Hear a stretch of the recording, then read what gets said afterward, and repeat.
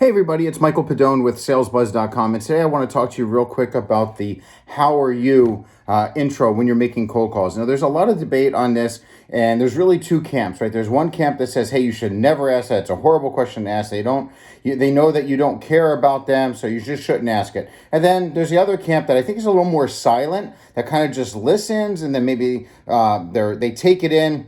And usually really the people that are on the phones that are selling and they hear what other people are saying, and not to say that, and some of the gurus and the trainers and their sales manager, etc.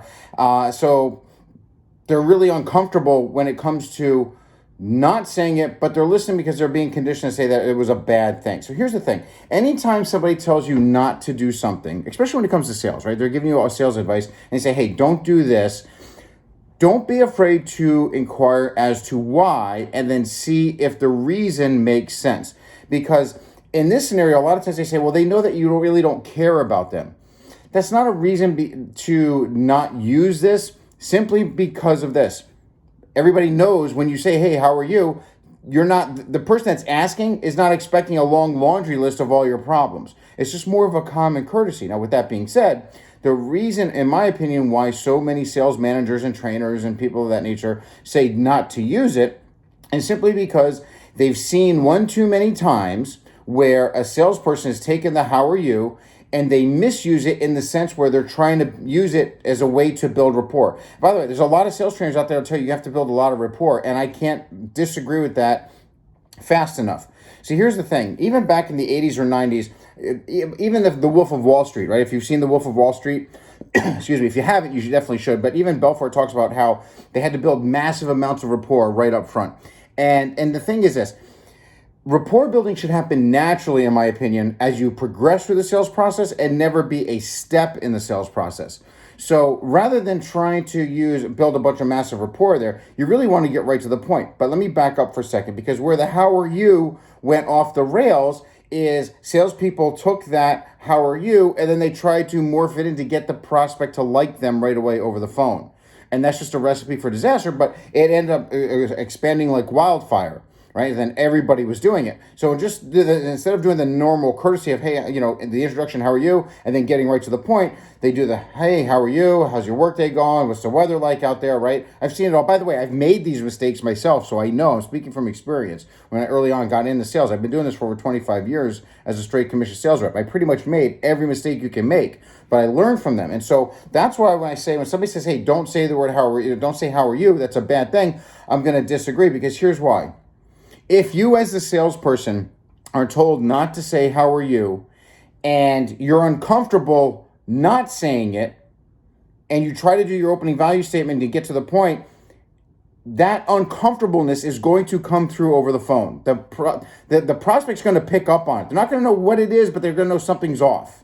And that's going to create a problem for you. And you might not even recognize it. So here's the thing. Here's my advice, okay? If you are uncomfortable saying "how are you," don't say it.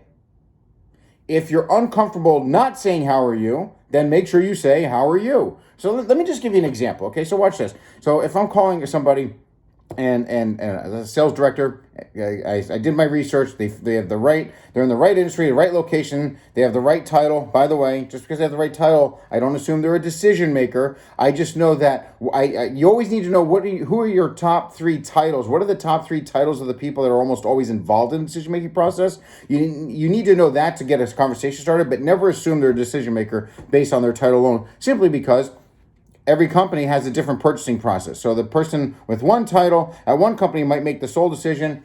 Same industry at a different company with the same title, they might have 3 other people that need to be involved. But I digress, okay? But I should at least know who I'm starting the conversation with. So they have the right title to start the conversation with, they're the right industry, the right location, etc., right company size. All right. So I call them, and if I do my opening value statement, I go, "Hey, John, this is Michael Pedone with SalesBuzz.com. How are you?" Fine. What can I do for you?" Well, the reason for my call is, and look, I'm right in there. So let me just run the whole thing through for you, right? "Hey, John, this is Michael Pedone with SalesBuzz.com. How are you?"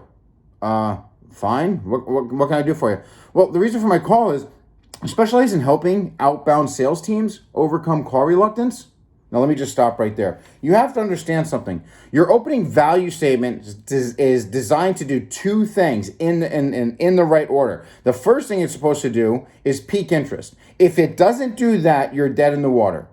I'm not a big believer in having an opening value statement where you have to try to establish control by asking them a question to get control. Because when you do that, you get those short one-word guarded answers, right? So, again, that's a sales strategy that's taught.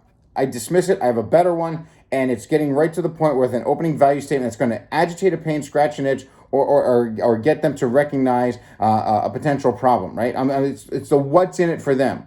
Now, did you notice how I said the how are you? Right? Hey, John, this is Michael Pedone with SalesBuzz.com. How are you? Or how are you? Either way, that's what's natural for me. It would be unnatural for me to go in and not say that just to get right to the point. I would feel awkward, so I don't do it. Now, somebody might say, well, what happens if they say something where they're rude to you right out of the gate? Oh, I don't have time for any cold calls or whatever, right? First of all, if you're prospecting the right people and you have the right list and you have the right tone, the right confidence, and you know what you're going to say before you pick up the phone, you're very rarely, maybe 1 out of 1,000, but let's just say 1 out of 100, you're going to get somebody that's really, that's abrupt with you. I've been doing this for so long, it doesn't faze me at all. So if I call somebody, I go, hey, John, this is Michael Pedone with SalesBuzz.com. How are you? Yeah, what do you want? I really don't have time for cold calls. No problem. Listen, the reason for my call is I specialize in helping outbound sales teams overcome call reluctance. Now, again, that's only the first half. Remember, I said there's two things that your opening value statement is supposed to do. I'm giving you the first half because if you don't pique interest, the rest of it doesn't matter. Now, did you also notice how with confidence, no matter how they said, I went right on into it? But then also, did you notice in my opening value statement, I didn't rush it. If you go back and listen to how I said it, I was very specific on the certain pauses and gaps that I had. I let things sink in, right? So the reason for my call, I specialize in helping, well, what does he help do, right? Outbound sales teams, I have outbound sales teams. I'm a sales director. Overcome call reluctance? Oh, I got like half of them won't even pick up the phone. I'm piquing interest. So it didn't matter if I said, how are you not? It's all about the comfort level. You guys got that? I hope this helps. All right, we'll see you next time.